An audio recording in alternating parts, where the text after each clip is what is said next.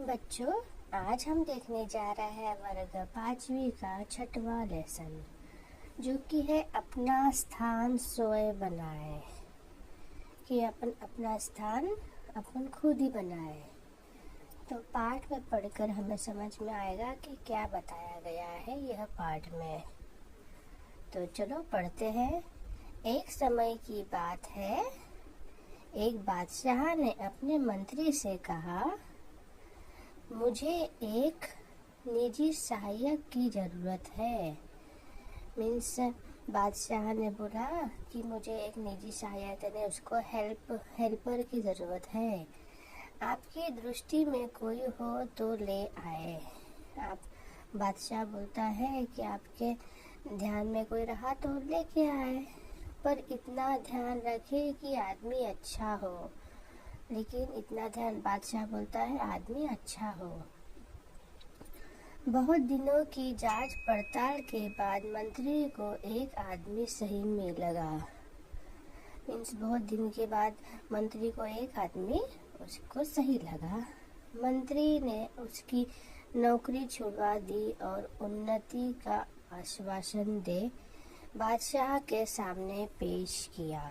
Means वो नौकरी कर रहा था तो मंत्री को अच्छा लगा कि यह ठीक रहेगा बादशाह के लिए, तो वह उसने उसकी नौकरी छुड़ा के बादशाह के सामने लेके आए। बहुत देर तक तो बादशाह को अपनी बात की याद न आई। बाद में बोले, मीन्स बादशाह ने यह बोल के रखा था कि मुझे कोई सहायक की ज़रूरत है, और बहुत दिन के बाद बादशाह को बात याद नहीं आई कि उसने यह कहा था। लेकिन मंत्री को याद था तो उसने लेके आया। तो आगे पढ़ते हैं। हाँ, उस समय शायद कोई बात मन में थी, पर अब तो कोई बात नहीं है।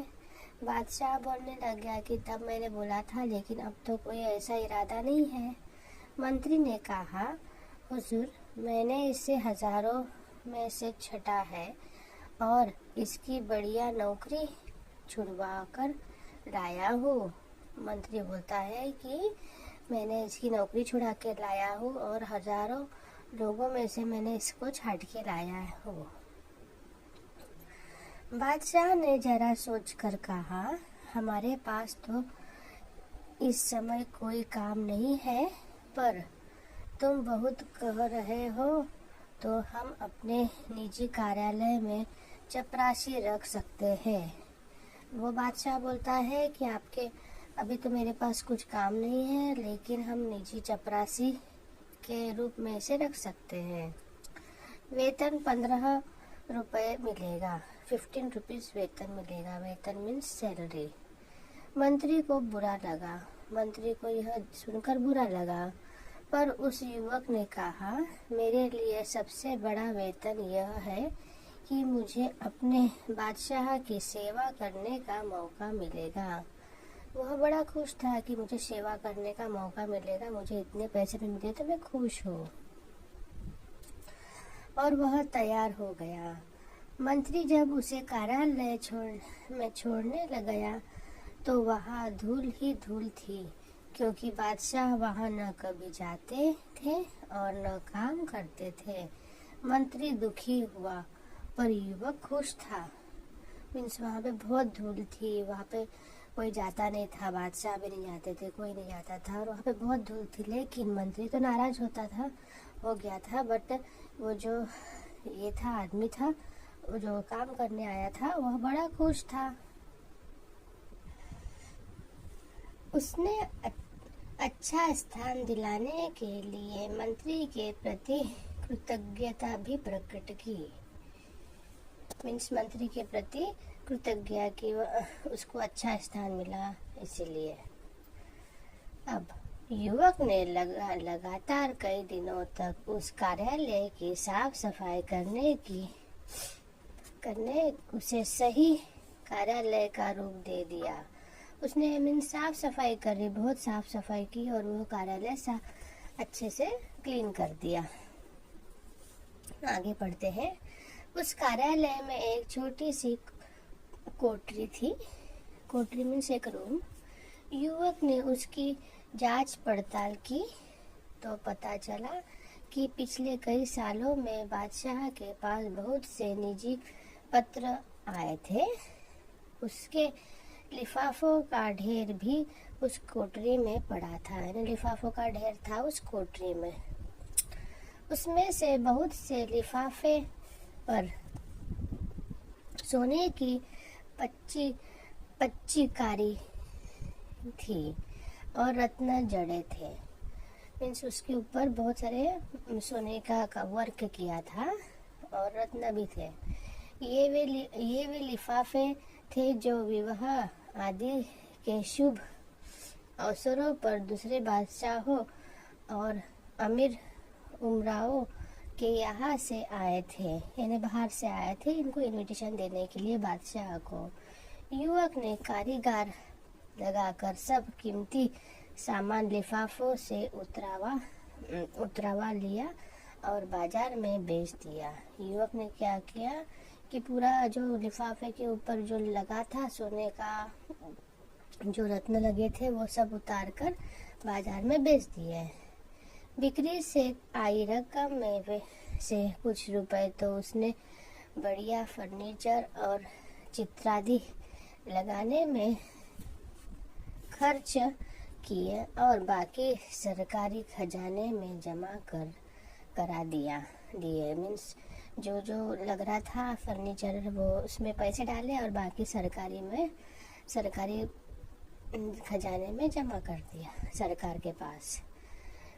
जहाँ वह सामान बिका उसकी भी रसीद ली और जहाँ से यह सामान खरीदा गया उसकी भी रसीद मीन्स पर्चा कि इतना हुआ, तो जैसे प्रूफ के लिए। आगे पढ़ते हैं। अब वह स्थान सचमुच शाही हो गया। अब उसने वह स्थान बहुत अच्छा कर दिया। चुगलखोरों ने बादशाह में से उसकी शिकायत कर दी कि वह रुपया लुटा रहा है। मीन्स बाकी लोगों ने उसकी चुगली की कि वह रुपया आपका लूट रहा है ऐसा बेच बाज कर। एक दिन बादशाह गुस्से में भरे वहाँ आए तो देख कर दंग रह गए। गुस्से में आए वह रूम में तो वह दंग हो गए। फिर भी उन्होंने तेज आवाज में पूछा, तुमने यह सजावट करके रुपयों से की? तुमने यह सजावट किसके रुपयों से की? बादशाह ने बोला कि तुमने यह किसके रुपयों से की यह सजावट? यही के रुपयों से की हुजूर। वह आदमी बोला कि यही के रुपयों से की।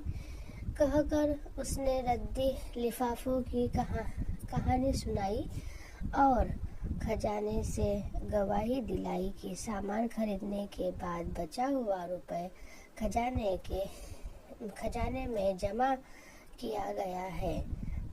यानी वह बोलने लग गया कि मैंने ये जो खजाना था वह बेचा और जो बचा रुपया वो उसमें यूज़ किया। बादशाह बहुत खुश हुआ और उन्होंने उस युवक को अपने राज्य की वित्त मंत्री बना दिया, यानी मंत्री बना दिया उसके राज्य का। दूसरे मंत्री इससे परेशान हुए क्योंकि न वह बेईमानी करता था न करने देता था। यानी दूसरे मंत्री जो बेईमानी करते थे, जो पैसा खा लेते थे लोगों से फालतू का, तो वह ये बेईमानी नहीं करता था। वह एकदम साफ सुथरा दिल का था। जो भी मंत्री बादशाह के पास जाता किसी न किसी बहाने उस युवक की शिकायत करता, जिससे कि वह बादशाह की नज़रों से गिर जाए। यानी जो भी मंत्री जाता तो वह उसकी शिकायत ही करता कि जिससे वह बादशाह की नज़रों से उतर जाए। एक रात 2 बजे बादशाह ने अपने सेनापति को बुलाकर कहा, हमारे सब मंत्रियों को उसके घरों से उठाकर इस कमरे में ले आओ। यानी बादशाह ने सेनापति को बोला कि हमारे सब मंत्रियों को उनके घरों से उठाकर इस कमरे में ले आओ, मीन्स सबको लेके आओ, और हाँ, वे जिस हालत में हो उसी हालत में लाए जाए। समझ लो हमारे हुक्म को। अगर कोई पलंग पर सो रहा हो तो उसे पलंग सहित ज्यों का त्यों लाया जाए, और कोई कालीन पर बैठा चौपड़ खेल रहा हो तो उसे कालीन समेत लाया जाए। मीन्स जो सोया रहा पलंग पे उसे पलंग के सहित लाओ, और जो कालीन के ऊपर, जो चटाई के ऊपर बैठा हो, खेल रहा हो, उसे चटाई के साथ उठाकर लेके आओ। ऐसा बादशाह का ऑर्डर था। कोई 1 घंटे में सब बादशाह के बड़े कमरे में आ गए। कोई 1 घंटे में सब है ना बादशाह के कमरे में आ गए। 8 में से 7 मंत्री नशे में थे। उसमें से कुछ जुआ खेल रहे थे। मीन्स जो नशे में थे उनने बहुत गंदी हरकतें की थी, तो वो नशे में थे। और कोई खेल रहा था जुआ।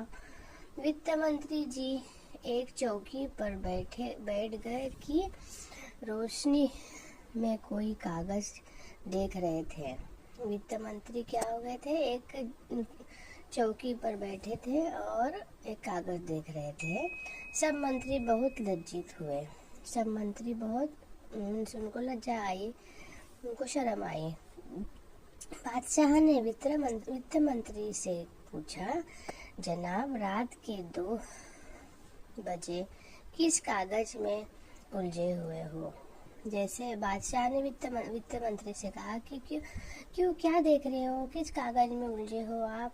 वित्त मंत्री ने उत्तर दिया, हुजूर, दूर के इलाके से इस साल का जो राजकर आया है उसमें पिछले साल से 1 पैसा कम है, इसलिए बार बार देख रहा था कि जोड़ में भूल है या सचमुच पैसा कम है। जैसे कुछ आया था तो वह पेपर में पैसा कम था, तो वह देख रहा था कि इसमें मेरे कैलकुलेशन में ये गलत हो रहा है या फिर उधर से पैसा कम आया है, इसलिए वह पेपर देख रहा था। बादशाह ने अपनी जेब से 1 पैसा फेंक कर कहा, लो अब हिसाब ठीक कर दो और जाओ आराम करो। उसने क्या किया, बादशाह ने कि उसको पैसा दिया कि अब यह लो और आपका हिसाब क्लियर करो और सो। अभी देखो आप देख ही सकते हो उसके हाथ में पैसा, और आप आराम करो। वित्त मंत्री ने नम्रता के साथ पैसा वापस करते हुए कहा, उन्होंने वो पैसा नहीं लिया। हुजूर, पैसे तो मैं भी डाल सकता था, पर यदि पैसा कम है और उनके लिए पूछताछ न हुई तो इससे अफसरों के कामों में ढील और उनके मन में बेईमानी पैदा होगी। जैसे अगर अभी पैसे दिए तो इसके आगे अफसरों को भी ढील हो जाएगी कि अरे हम कर सकते हैं इस तरह की बेईमानी, हम इससे पैसा निकाल सकते हैं। तो वो वित्त मंत्री बोलता है कि बादशाह को कि हम इसमें पैसे नहीं डालेंगे, हम इसकी कंप्लेंट करेंगे। बादशाह बहुत खुश हुए और उन्होंने उस युवक को अपना प्रधानमंत्री बना लिया। बादशाह उसके नेचर से बड़े खुश हुए और वह युवक को अपना प्रधानमंत्री बना लिया। तो बच्चों, इस तरह का यह पाठ है। तो आपको समझ आए तो लाइक करिए। तब तक के लिए बाय बाय।